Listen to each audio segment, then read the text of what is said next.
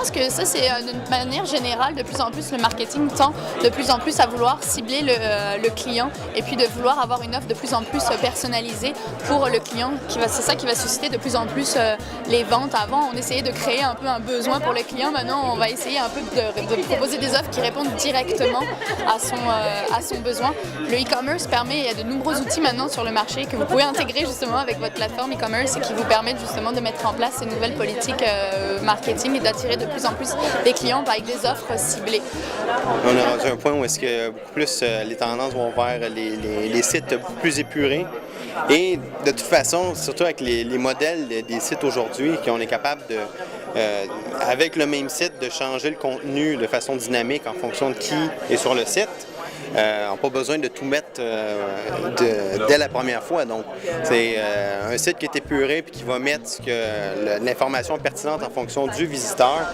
Puis cette information-là va changer tout dépendant du visiteur. Ça a beaucoup plus de valeur.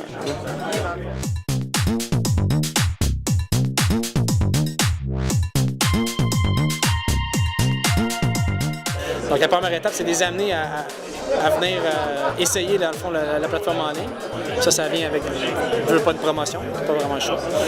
Puis après ça, en développant une certaine mécanique de fidélisation, tu peux arriver à le faire. Il y a plusieurs méthodes. On peut, encore une fois, avoir des systèmes de pointage, des systèmes de référence. Si on référence quelqu'un à utiliser notre site, on donne un certain nombre de points qui éventuellement se transfèrent en argent pour acheter un certain item sur un site.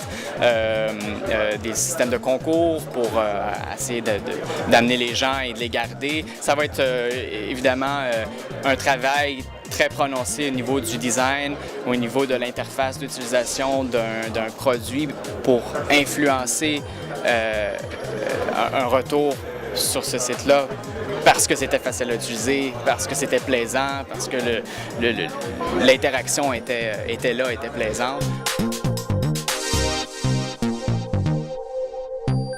Je pense que ça s'adresse à quiconque et je pense que ça rejoint presque tout le monde. Toute entreprise a besoin de rejoindre ses consommateurs par les moyens en ligne. Toute entreprise a besoin de fournisseurs un peu comme nous pour les aider dans ce parcours-là. Donc, je pense que ça s'adresse autant à des compagnies qui font affaire à des consommateurs en B2C que des gens en distribution, manufacturiers ou qui ont besoin de parler à leurs consommateurs. Et c'est aussi une belle vitrine pour les exposants ou les gens qui offrent des solutions pour avoir des échanges puis créer des synergies potentielles. Et d'année en année, je vois que c'est une plateforme, ça a vraiment rempli un vide qu'il y avait dans la région de Montréal, puis même jusqu'à un certain point le Québec. Il y a beaucoup de gens qui parlent de e-com. Il y a très peu de gens qui aujourd'hui ont des projets de e-com ou qui investissent de façon importante dans l'e-com. Et d'année en année, on voit de plus en plus de personnes qui ont un attrait pour le e-commerce, qui se lancent, qui ont tout un tas de questions et il y a de plus en plus de partenaires aussi. Donc c'est que le comité organisateur fait bien son travail aussi, mais c'est qu'il y a aussi une nécessité de fournir aux e-commerçants des réponses plus claires d'année en année. On cherche des choses nouvelles, mais on essaye aussi d'amener des choses nouvelles, pas seulement tout le temps le même discours. T'sais. On le dit dans le site web de e-com Montréal, c'est un événement catalyseur, puis c'est réellement le cas, ce qu'on a voulu, puis je pense que depuis la première édition, on a réussi à faire ça. C'est tout le temps aux alentours de 500 personnes qui viennent partager leurs bonnes, leurs mauvaises expériences. On apprend beaucoup des mauvaises expériences des autres. On est beaucoup motivé, on va de l'avant avec les bonnes expériences des autres.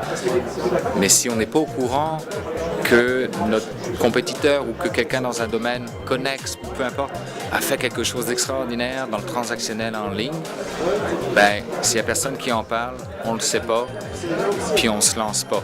C'est pas motivant. C'est mon rêve ultime que l'argent reste ici, que nos commerçants, nos détaillants grossissent grâce au transactionnel en ligne.